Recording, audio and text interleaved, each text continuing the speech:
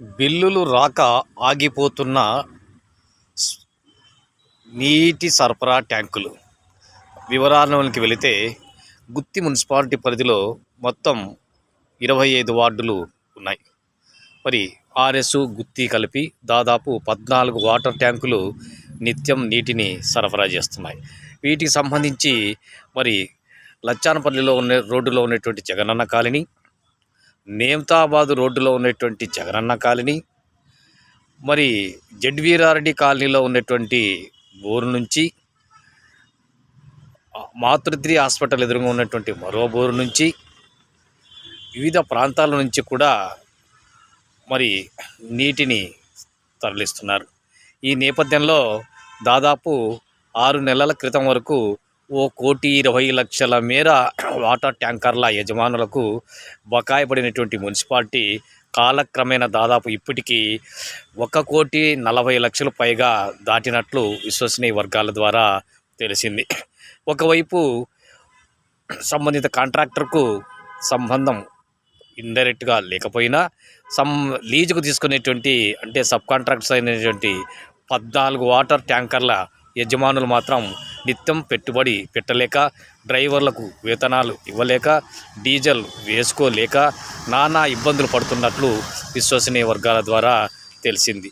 దాంతో నిన్నటి వరకు గుత్తి ఆర్ఎస్కి ఏర్పాటు చేసినటువంటి వాటర్ ట్యాంకర్లలో కేవలం ఒక ట్రాక్టర్ మాత్రమే తిరుగుతున్నట్లు తెలుస్తోంది. గుత్తిలో మరో 2 ట్రాక్టర్లు తిరుగుతున్నట్లు తెలిసినా ఈరోజు మాత్రం గుత్తి పరిమితికి సంబంధించి 2 వాటర్ ట్యాంకర్లు నీటి సరఫరా చేస్తున్నాయి.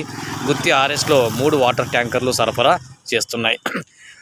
యజమానుల యొక్క స్థితిగతులు చాలా ఘోరంగా అయిపోతున్నాయని, కనీసం డీజిల్కి ఏర్పాటు చేసుకోవడానికి అవస్థలు గురవుతున్నామని, ఒకవేళ జాప్యం చేసి నిలుపుదల చేసుకుంటే బిల్లులు ఎప్పుడొస్తాయో తెలియనటువంటి అయోమయమైనటువంటి పరిస్థితులు నెలకొని ఉన్నాయండి. లక్షల్లో మేము అప్పులు చేసుకున్నా మా తిప్పలు తప్పడం లేదని వారు ఆందోళన వ్యక్తం చేస్తున్నారు. ఏదేమైనా ఇటీవల మరి అధికారులు కొంతమేర సహకరించి బిల్లులు చేస్తామన్నప్పటికీ కూడా ఇప్పటికీ కూడా అవి కార్యరూపము దాల్చడం లేదని, బిల్లులు ఎప్పుడు వస్తాయా అని తాము ఎదురు చూస్తున్నామని, ఒక 7 రోజుల్లోగా బిల్లులు రాగని పక్షంలో పూర్తి స్థాయిలో 14 వాటర్ ట్యాంకర్లు ఆపే పరిస్థితి ఏర్పడిందని, ఇప్పటికైనా సంబంధిత అధికారులు చొరవ తీసుకొని పెండింగ్లో ఉన్నటువంటి 1,40,00,000 రూపాయల మేర బిల్లులను అందజేస్తే తాము బాగుంటామని, లేక అప్పుల బాధ అధికమైతే మేము అప్పులు తీర్చలేక ఆత్మహత్యలకు పాల్పడే అవకాశం కూడా లేకపోలేదని, దానికి బాధ్యులు సంబంధిత అధికారులే అవుతారని చెప్పి మరి వాటర్ ట్యాంకర్ల నిర్వహణ యజమానులు అంటున్నారు.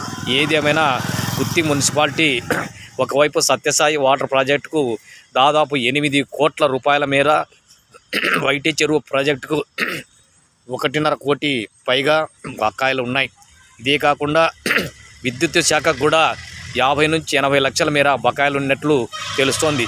పూర్తి స్థాయిలో అప్పుల కూబీలో కూరుకొని పోయినటువంటి గుత్తి మున్సిపాలిటీని మరి ఉన్నతాధికారులు ఎంత మేర కాపాడుతారో వేచి చూడాల్సి ఉంది. మరో విధంగా మున్సిపల్ ఉన్నతాధికారులు అయితేనేమి మరి పర్యవేక్షించి మరి మున్సిపాలిటీని కాపాడే బాధ్యత వారికి ఉందా అని ప్రజానికం ప్రశ్నిస్తోంది. ఏదేమైనా గృహ నిర్మాణాల ద్వారా, నీటి శిస్తు ద్వారా ఎప్పటికప్పుడు మరి నిధులు వస్తున్నప్పటికీ సాధారణ నిధుల కింద కొనసాగుతున్నటువంటి విధానంలో భాగంగా మరి అభివృద్ధి కార్యక్రమాలు చెప్పుకోదగ్గ లేకపోయినా, మరి గుత్తి మున్సిపాలిటీ కొత్తగా నిర్మించక దాదాపు 12 సంవత్సరాలు గడుస్తున్నా మళ్ళీ మిడిపెనార్ నుంచి వాటర్ ప్రాజెక్టుకు సంబంధించి మరి 173 కోట్ల ప్రాజెక్టు నిలుపుదల మోక్షం లేకపోయినా, మరి దాంతోపాటు అనేక కార్యక్రమాలు ముందు అందుకు వేయడం లేదని ఇప్పటికైనా సంబంధితులు కానీ వీటికి సంబంధించి పూర్తి స్థాయిలో అన్ని వర్గాలకు చెందినటువంటి వాళ్ళు సహాయ సహకారాలు అందించాలని, తద్వారా గుత్తి మున్సిపాలిటీని పరిపుష్టిగా చేసి ఆదుకోవాల్సిన ఆవశ్యకత ఎంతైనా ఉంది.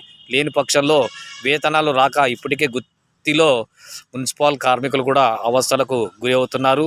మరి ఈ విధంగా చూస్తే మరి మున్సిపాలిటీ ఖాళీ అయ్యేటువంటి అవకాశాలు కనిపిస్తున్నాయి. ఏది ఏమైనప్పటికీ కూడా మరి ఉన్నతాధికారులు త్వరితగతిన గుత్తి మున్సిపాలిటీని ఆదుకోవాలని ప్రజానీకం డిమాండ్ చేస్తోంది.